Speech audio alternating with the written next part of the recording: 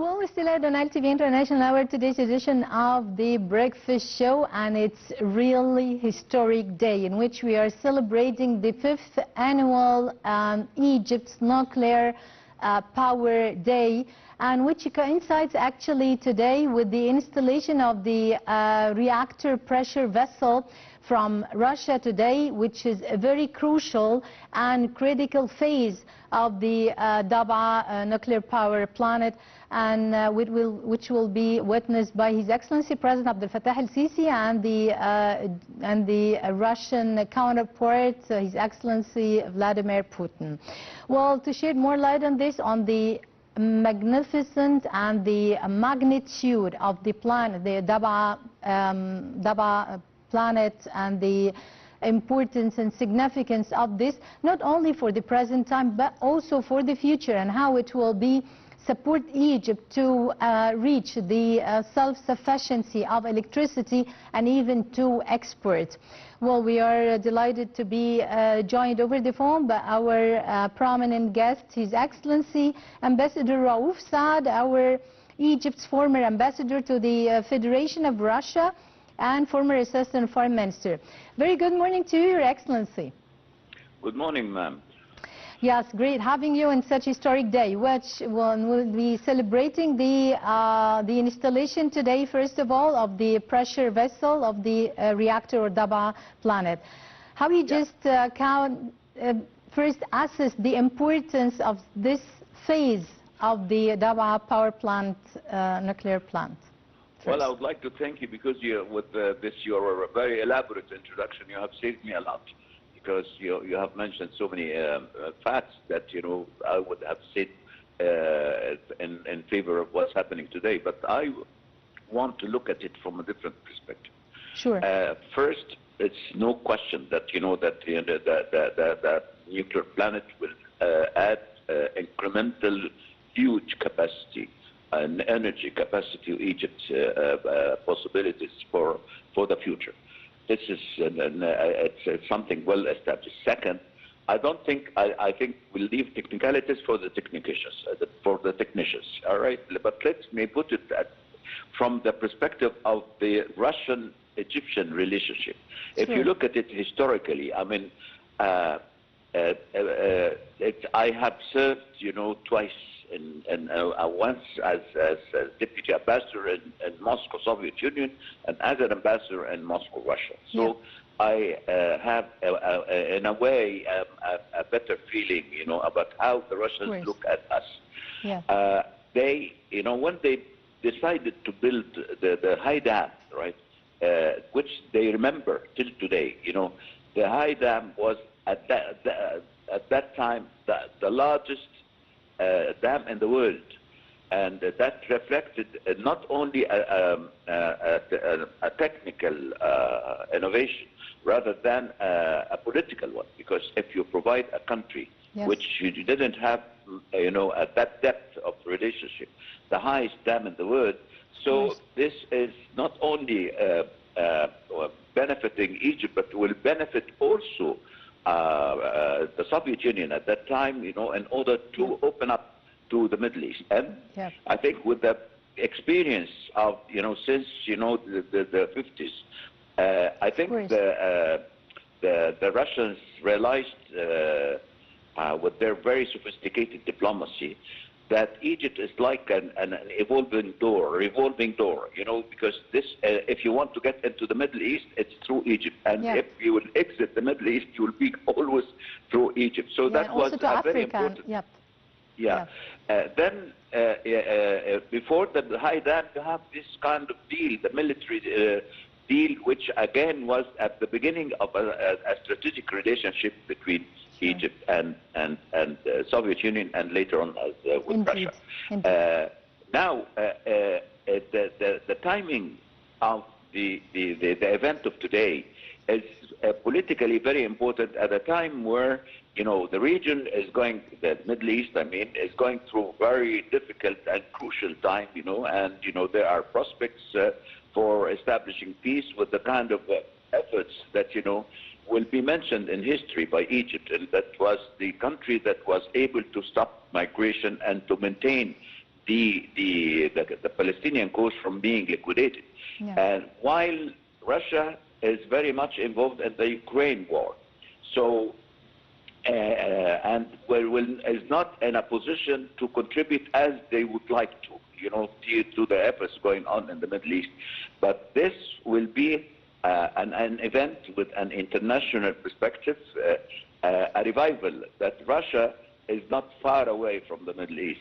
Russia is there, and again, they know that when you cement the relationship with Egypt, then that would cement Russia's role in the Middle East itself. So on the other side, Egypt, we have to look at how the foreign policy of Egypt is being formulated and being elaborated over the time.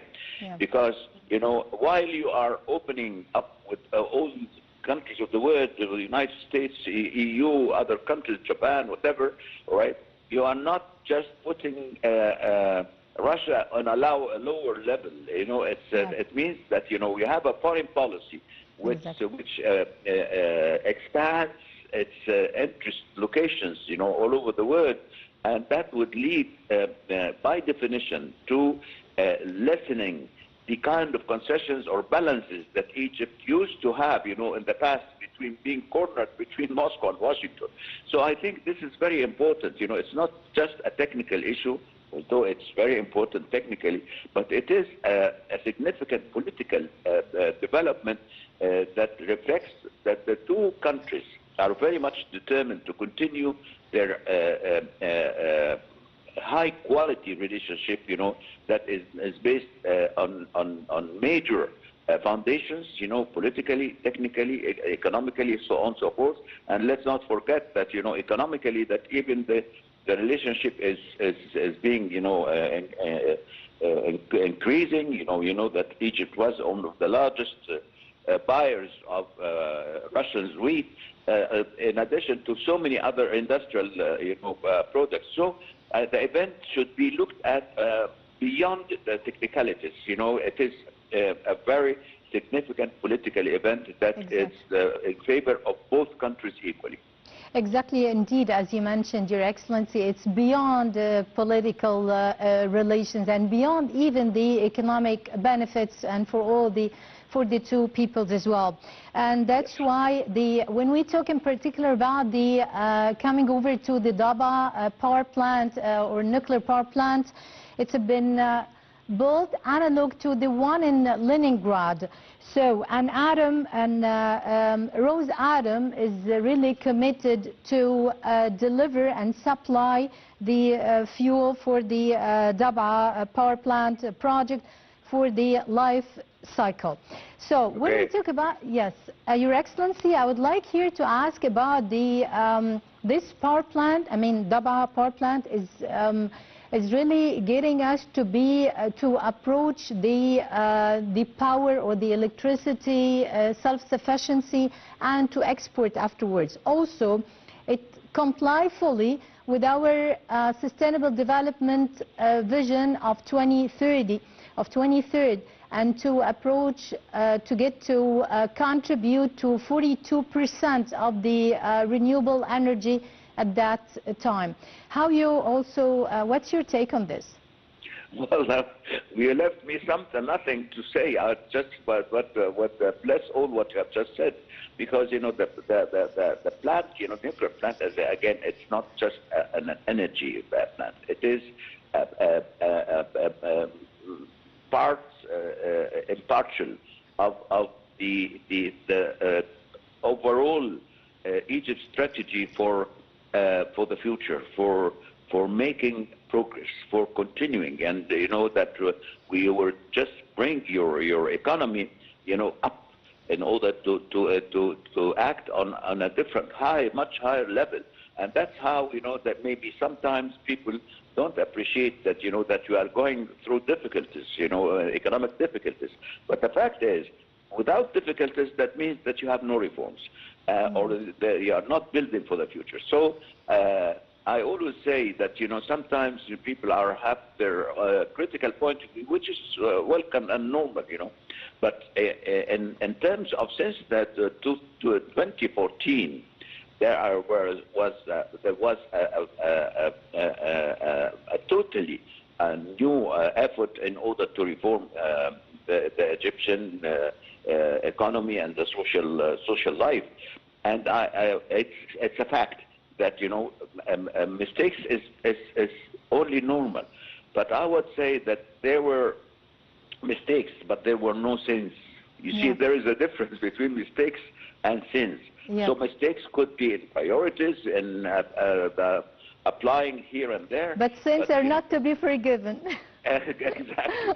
So I think this is the responsibility of media, all right, to elaborate for the people. You know that there are so many things, and what I would add, that I think transparency from the government side is very important, because it's only, I mean, we can see with all, we have to admit it, that President Sisi is means all the time in order to elaborate, to explain to the people, all right? But we need that the whole government, should accelerate and maximize their efforts in order to deepen the sense of transparency, particularly that you are dealing with a very smart people. The Egyptians are very smart people, and let them understand, and then you can see the kind of power that the Egyptians have been, adding, to the government's and the president's efforts in order to change the present and the future of Egypt. Exactly, changing the present and shaping the future, as you said, for the next coming generation. It's a